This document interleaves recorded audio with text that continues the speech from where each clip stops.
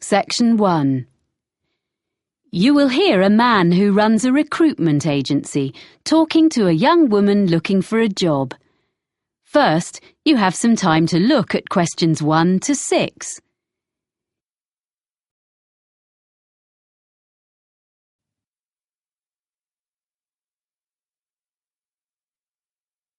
You will see that there is an example that has been done for you. On this occasion only, the conversation relating to this will be played first. Hello, Edwina, is it? Have a seat. Yes, Edwina. Thanks.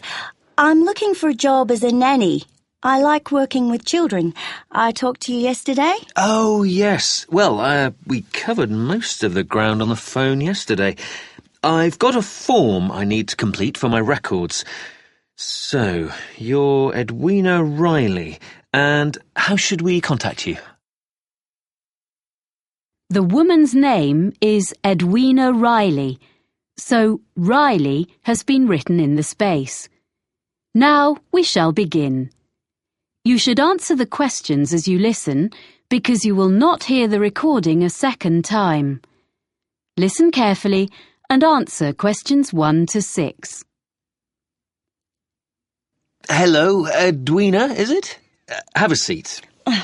Yes, Edwina. Thanks. I'm looking for a job as a nanny. I like working with children. I talked to you yesterday. Oh, yes. Well, we covered most of the ground on the phone yesterday. I've got a form I need to complete for my records.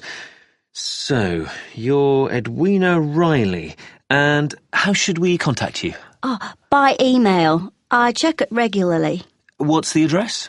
It's Edwina, like my name, then R-I, the first 2 letters of my surname, at worldnet.com. EDWINARI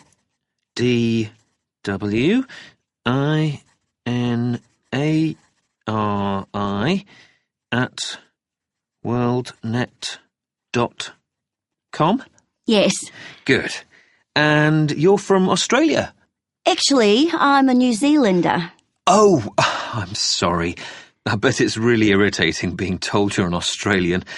Like Canadians being asked what part of the States they're from. I'm used to it. It happens to us all the time. And now, you said on the phone that you could bring me some references. One from someone who's known you in a professional capacity and one personal one. Oh, yeah. Here's one from John Keane, who was the manager at the Play Center in Wellington, where I worked for 3 years after I left school. It's got all his contact details on. Thank you. So, this was your last employer? Yes, apart from a bit of waitressing recently, but that was just temporary. I'm sure John will answer any questions if you contact him. We do run checks, yes. And a personal reference? Oh, you can contact the friend of my mother's I'm staying with here in London, Eileen Dorsini. She's a professor. She's known me all my life because she used to be our neighbour back home when she was a primary school teacher there. Now she's working here at the Institute of Education. Oh, good. I've got her contact details here for you. Thanks. I think I have some jobs to suit you. Oh, do you have any practical qualifications, by the way? Life-saving, music, anything? I've got an up-to-date first aid certificate. I did a course when I was working. That's good. First aid. Anything else? Well, I've got a driving licence, as I told you on the phone, but that's not special, you said.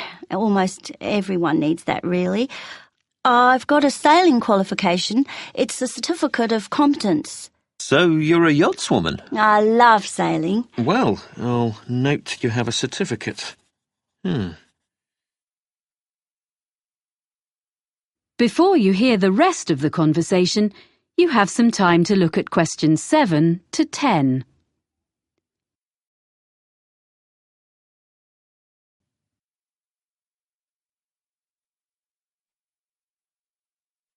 Now listen and answer questions 7 to 10. Now, as I mentioned yesterday, there are 3 families, and the job description is much the same for all of them, as I explained. There are a few other things you need to know. Anyway, the first family is here in London. Yes, I did make a few notes. London, that's the Bentons with 2 children? Yes, that's right. A girl of 3 and her brother, who's 8. The little boy has a quite serious food allergy.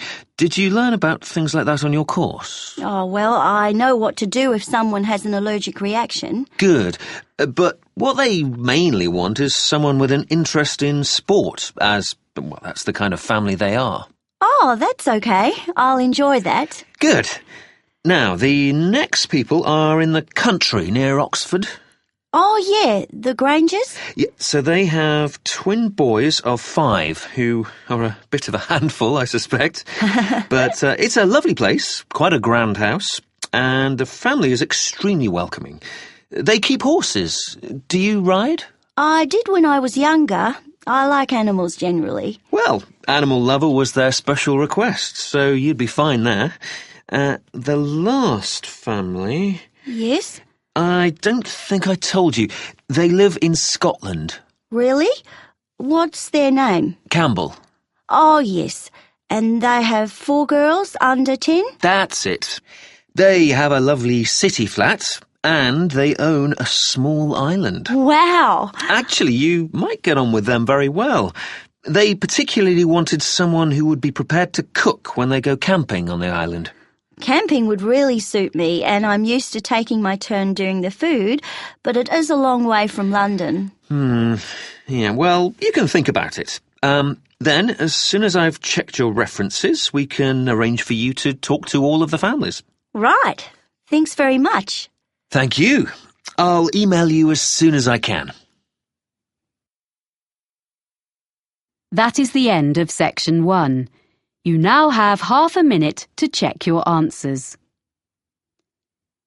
Section 2. You will hear a woman talking to a group of people who are looking round a sports and leisure centre. First, you have some time to look at questions 11 to 14.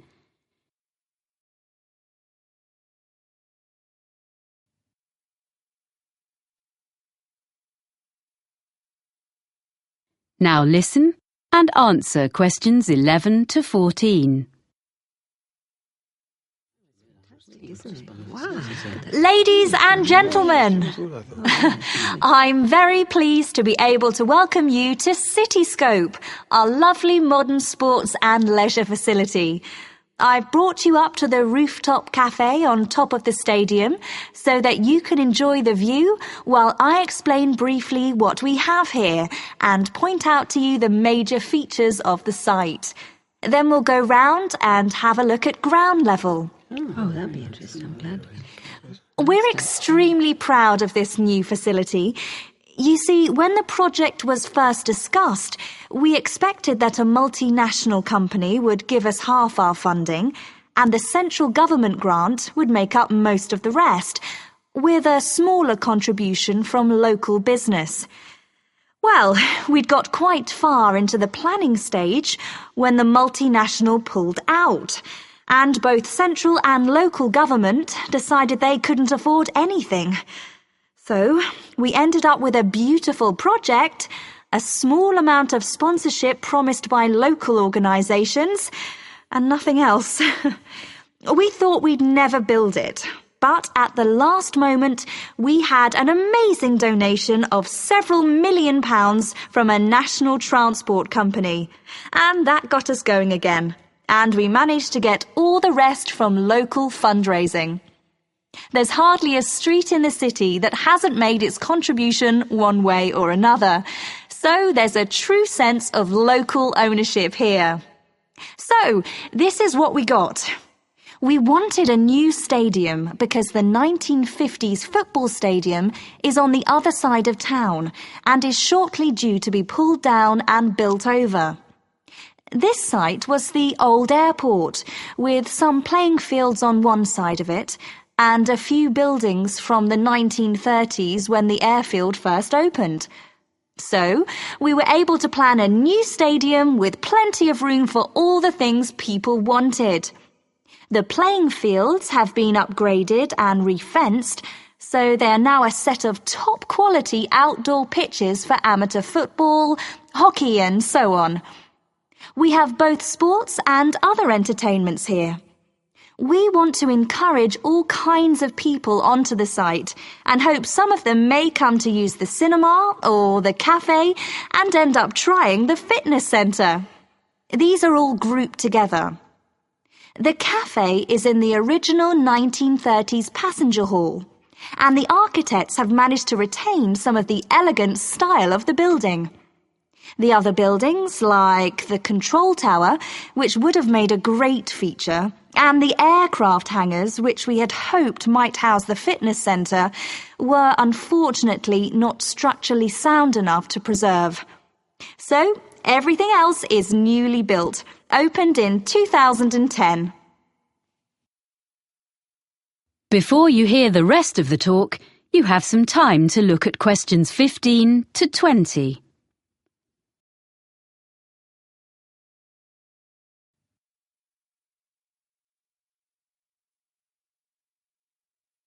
Now listen and answer questions 15 to 20. Right. Now, if you'd like to gather a little closer to the window, I'll point out the various buildings.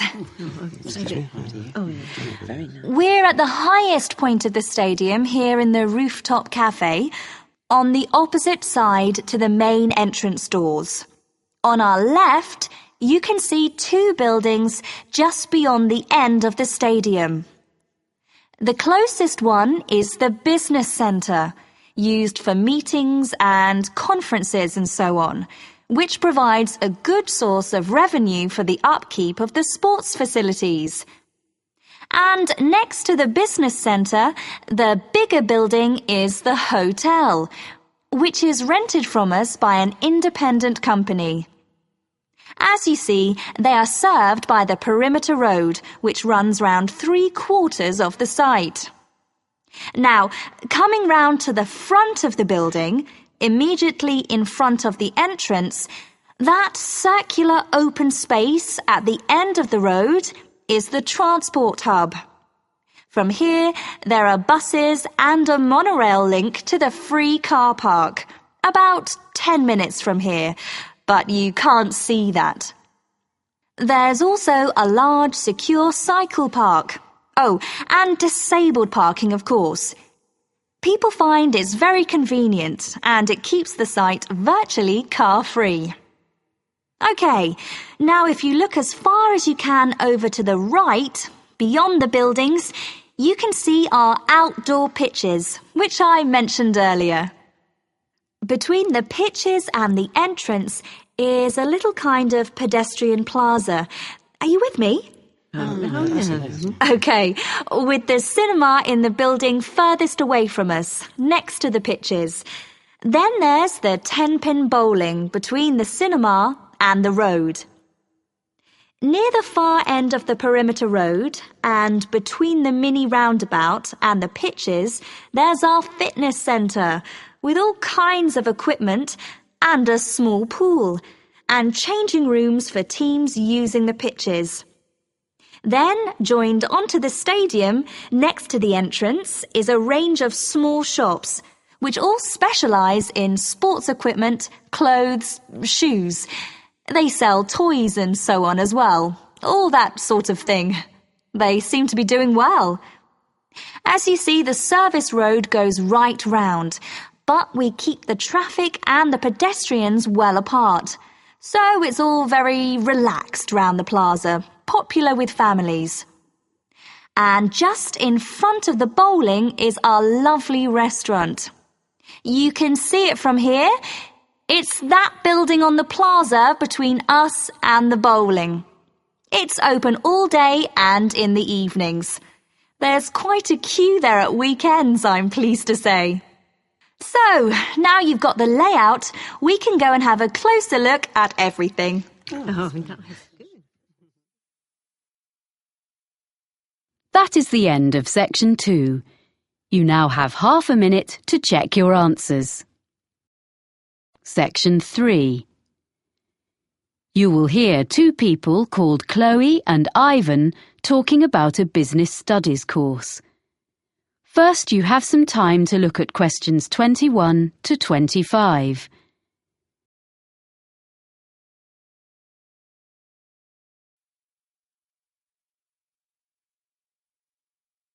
Now listen carefully and answer questions 21 to 25.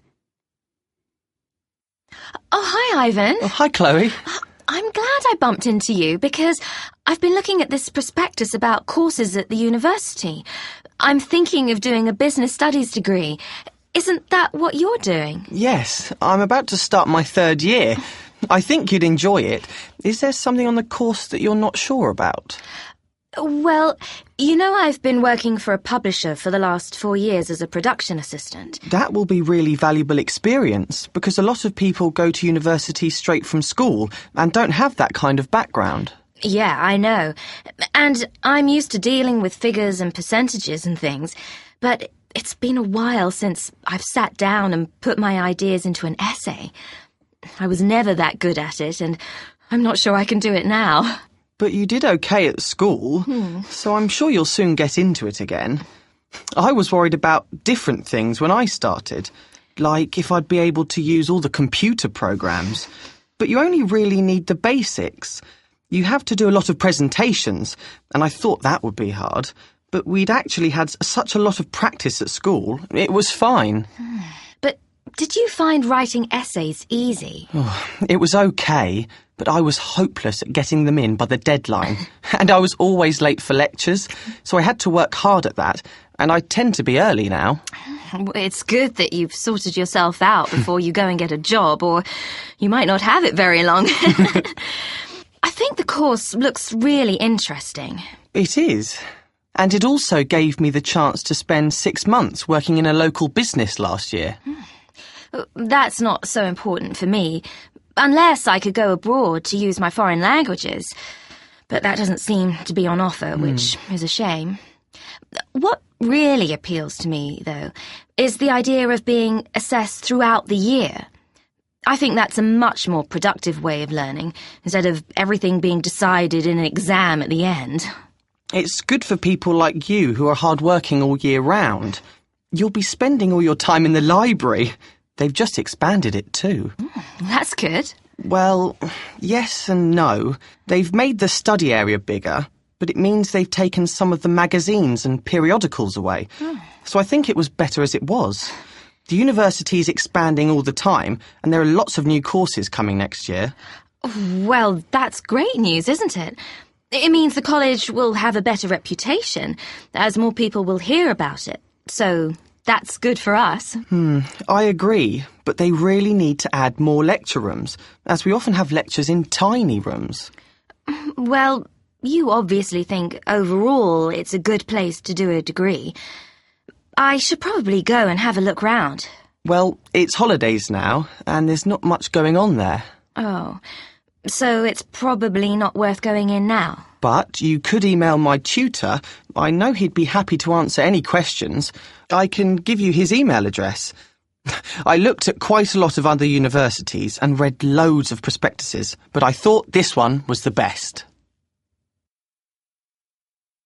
Before you hear the rest of the conversation, you have some time to look at questions 26 to 30.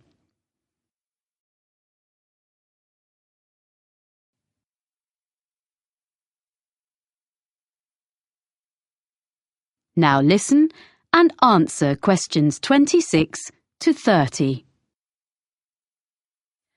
I was a bit unsure about all the different subjects you can choose on this course. Well, I can tell you a bit about them. There are some subjects you have to do, and some that you can choose. The most interesting course I've done is public relations. From what I've read, it doesn't look very demanding. Some of it is really just common sense. But it will be really useful if you want to go into marketing or advertising. That's true. But I need to find out a bit more about it first before I decide if it will really help me. It's difficult to tell from the prospectus. But you are interested in marketing? Oh, yes. Well, you can choose a marketing course. I wasn't very impressed with that course, actually. The tutor didn't make it very interesting. It's good to put on your CV that you've done a marketing course, though. So that would be a definite for me, and maybe I'd get a different tutor. What other courses did you choose? I'm doing taxation, as I was thinking of training to be an accountant, but I'm not sure now. Oh, that will be a good option for me, because I enjoy working with figures. Although I don't want to be an accountant, it'll be good to have an understanding of taxation, especially if I ever run my own business. Then there's the most popular course, which is human resources, and a lot of people seem to get jobs in that field. My friend works in human resources, and she's really good at it. But I don't think I've got the right personality, so I'd give that one a miss. I'm more interested in how businesses actually work, the structure. That's a compulsory course, the structure of business. Oh. But you might find information systems helpful. Is that kind of computer programs? Some of it is, but also databases, project management, and other things. Oh, this sounds useful. But I'll have to look at some of the other possibilities first. You know, Ivan, this course sounds as though it would suit me. I'm going to apply. Great! If there's anything else you want to ask me, you've got my number. Thanks. That is the end of section 3. You now have half a minute to check your answers. Section 4. You will hear a talk by a meteorologist about weather forecasting. First, you have some time to look at questions 31 to 40.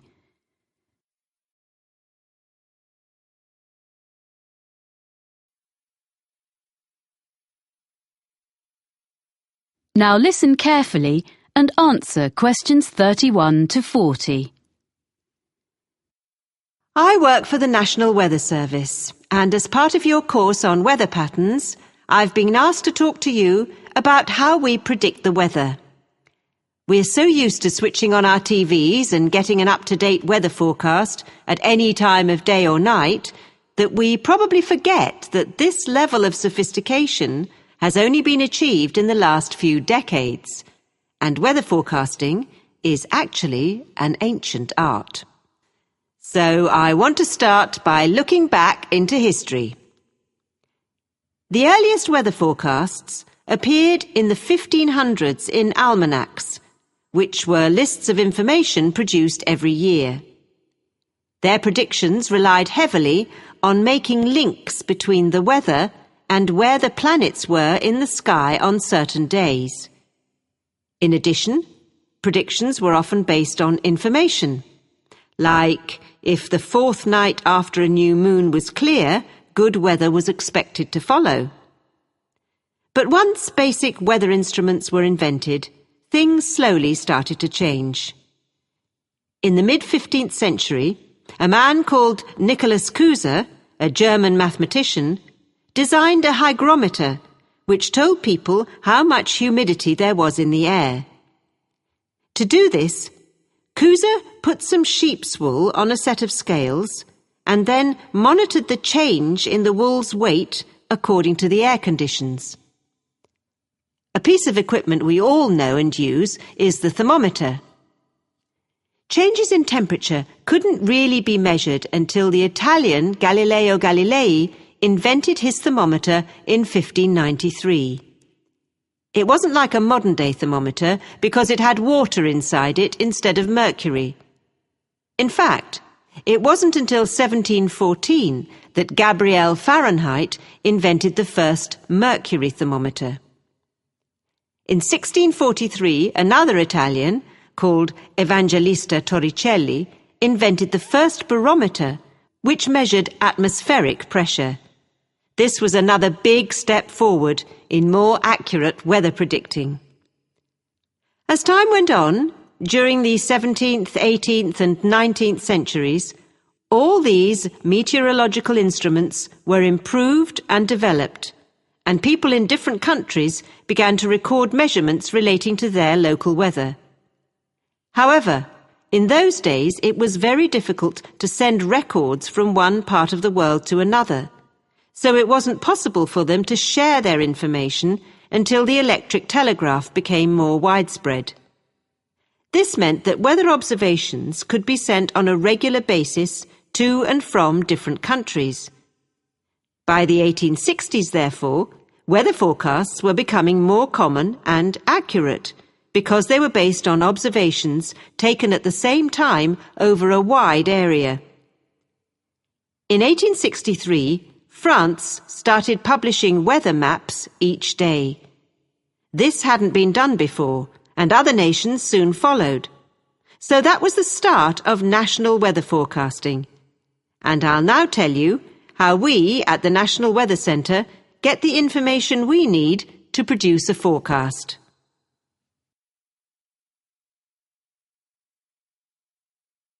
Even today, one of the most important methods we use is observations, which tell us what the weather is doing right now.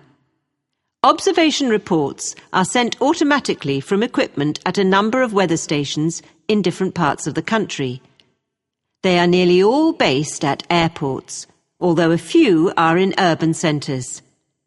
The equipment senses temperature, humidity, pressure, and wind speed direction. Meteorologists also rely really heavily on satellites, which send images to our computer screens. What we see on our screens is bright colours. Orange represents dry air, and bright blue shows moisture levels in the atmosphere. The satellites are located 22,000 miles above the surface of the Earth, and it's amazing that despite that distance, it's possible for us to make out an individual cloud and follow it as it moves across the landscape. In addition to collecting data from the ground, we need to know what's happening in the upper levels of the atmosphere. So a couple of times a day, from many sites across the country, we send radio sondes into the air. A radio sonde is a box containing a package of equipment, and it hangs from a balloon which is filled with gas. Data is transmitted back to the weather station. Finally, radar. This was first used over 150 years ago and still is. New advances are being made all the time, and it is one method for detecting and monitoring the progress of hurricanes. Crucial information is shown by different colours representing speed and direction. Radar is also used by aircraft, of course. All this information from different sources is put into computer models, which are like massive computer programs. Sometimes they all give us the same story, and sometimes we have to use our own experience to decide which is showing the most accurate forecast, which we then pass on to you. So, I hope next time you watch the weather forecast, you'll think about how we meteorologists spend our time. And maybe I've persuaded some of you to study meteorology in more depth. That is the end of section 4. You now have half a minute to check your answers.